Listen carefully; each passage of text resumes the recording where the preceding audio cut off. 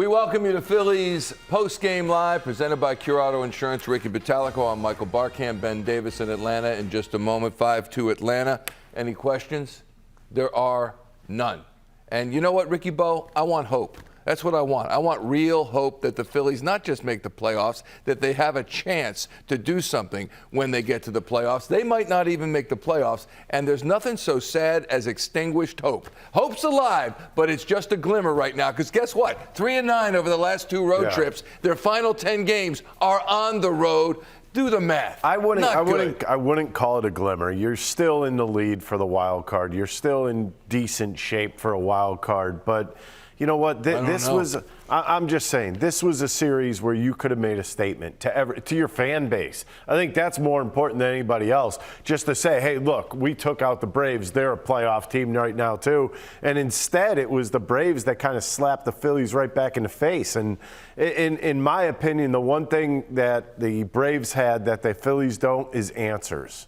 They answered everything. They were down in the first game. They answered that question. They were down late in that ball game. They got after the back end of the Phillies bullpen. They won that game. Game 2, they took a lead. They held on to win that game.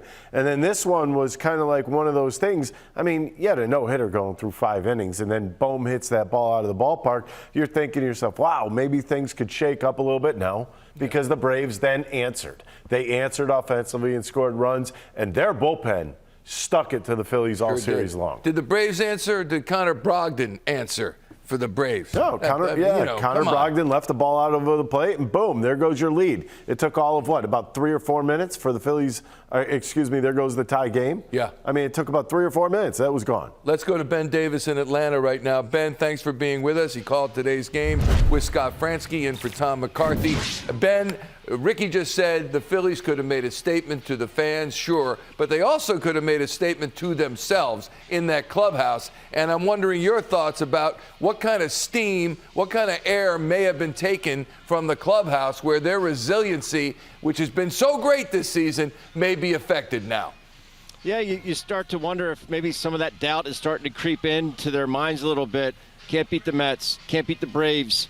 You know, if we do happen to face them in the playoffs, what's going to happen? We didn't have a very good record against them throughout the regular season. They still have 4 games with them next weekend. We'll see what happens then. But, yeah, I think some doubt maybe is crossing, into their minds a little bit because they just got manhandled for 3 games. And that, you can call it whatever you want. They did. They got manhandled for 3 games. They had a lot of missed opportunities. They just came up. They didn't come up big when they needed to. And it's obviously 0 for 8 today with runners in scoring position.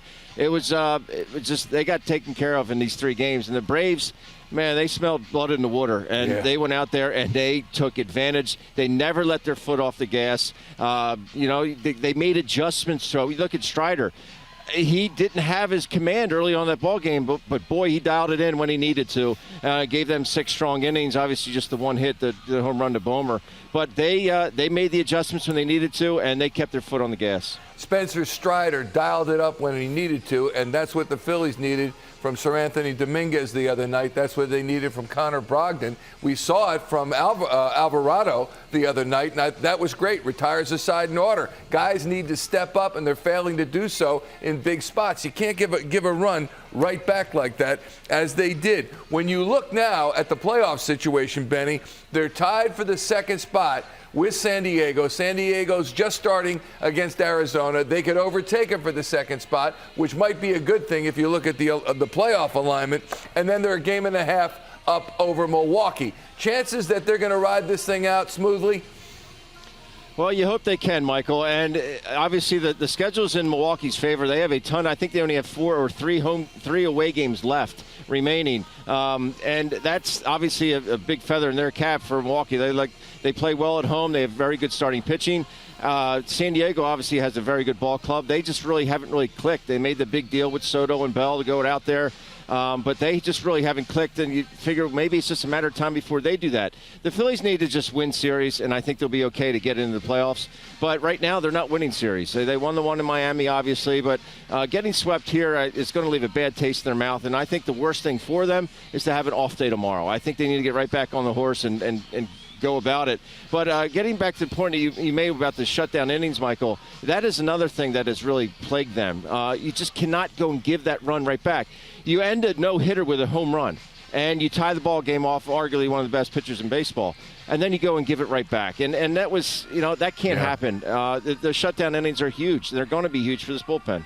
And their last 10 games are on the road. Here are the wild card standings up to the second. Ricky Bo, there they are with the Padres. They are knotted. And San Diego will take a half-game lead if they beat Arizona. That game just underway. And I know they got tiebreakers with San Diego and Milwaukee, but there's still 16 games left. And that's plenty of time for those teams to do damage if the Phillies falter. Milwaukee got out to a 4-0 lead today, and the Yankees have scored 10 unanswered against them. Thank goodness, because then we'd really be on the edge of our seats right now. You have to still stand up. You have to still play baseball. You can't just cruise into this playoff scenario. You don't want to go down to the wire here. You don't want it to have to count the last weekend of the season. What you want to be in, you want to be clinched, and you want to be just kicking back at that point so you can set up your starting rotation. Because if you go into those last 3 days, you may have to use Wheeler. You may have to use Nola at that point in time, and that's not exactly what you want to do. Rob Thompson has always found silver linings in the clouds of a loss. Let's see what he has to say post-game right now in Atlanta. Demoralizing of a weekend is this to come here and not end up with any wins. Well, it's disappointing for sure, but we got to just keep going. I thought for the most part we pitched fairly well, played good defense. We just didn't score many runs, so we got to. And that how offense is, it comes and goes, and they'll get it going again. 16 left. I mean, it's not a good time to lose 4 in a row. How do you kind of off day? Off day comes good times sometimes. Right. How do you keep it all together here with these guys? Is it a challenge on you as well? No, I think you just stay positive and understand that we played good baseball for a long time, and we're going to play good baseball again. Well, we're playing good baseball. We're just not scoring many runs right now. So just keep doing what we're doing, and the offense will click at some point. You sense any frustration? I mean, Schwarber, one of his at-bats looked pretty frustrated. Yeah. Harper did. So they are chasing up top. They are, and frustration comes with not scoring many runs. But I thought, like today with Strider, we didn't get any hits until Bohm's home run, but I thought we were, and working counts doesn't win your ball games, but it's a part of it. And we got him out of the game, fairly quick. So they gave us a chance anyway. But we pitched good. Falter did a nice job. Bellotti did a nice job. Bragi, high changeup, home run. Coonrod, he was up in the zone. I don't want to go to Sir Anthony or Alvarado today in a down game. We're down in the game. Just because we've worked him pretty much a lot lately, and Alvarado's been up three days in a row. So, and Robbie needed to get some work, because if he didn't pitch today, it would have been 6 days off for him. What do you think is a disconnect in the at-bats? Because they've been, they worked Strider to 106 pitches. Yeah. And the at-bats have been good throughout the series, but the runs really haven't been there. So yeah, I think we're missing some opportunities with runners on base, and that comes and goes. That's all part of scoring runs or not scoring runs. They'll get it together. They'll come back. Is there any inclination to think about moving Schwarber down? Just, I know you haven't wanted to panic or wanted to move guys around. He's comfortable there, but the on-base percentage just really hasn't been there for a while. I walked twice today, so that's a start. Yeah. But, he's been in a little bit of a funk, but he'll come out of it.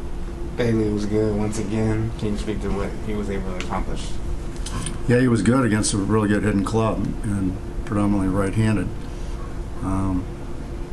He's throwing the ball well, and they said his bullpen, coming out of the bullpen, he wasn't very good down the bullpen, but sometimes it clicks on the mound, and it did today. So. how did the offense factor into your decision to pull him when you did, or did it factor into that? Because you worked him out of a jam, I think, in the third. Yeah, and then once we got to the fifth? Fourth. Yeah. Or Fifth. he pitched into the fifth. Yeah. And with Riley at the plate, I just thought the matchup was better with Bellotti just to get him out of it. Thinking about what he's been able to do growth-wise, being coming out of the bullpen and being able to step up when Wheeler went down, what have you seen from him growth-wise? Just confidence, and like I said yesterday, he's just comfortable being at this level, and he's maturing, so it's good to see. You know, earlier in the year, if he started off a little bit slow, it was tough for him to get out of it. Now he can get out of it. Now he has a belief that even though he's not hitting his spots early in the game or throwing strikes early in the game, he's going to get it, and that's what he's doing.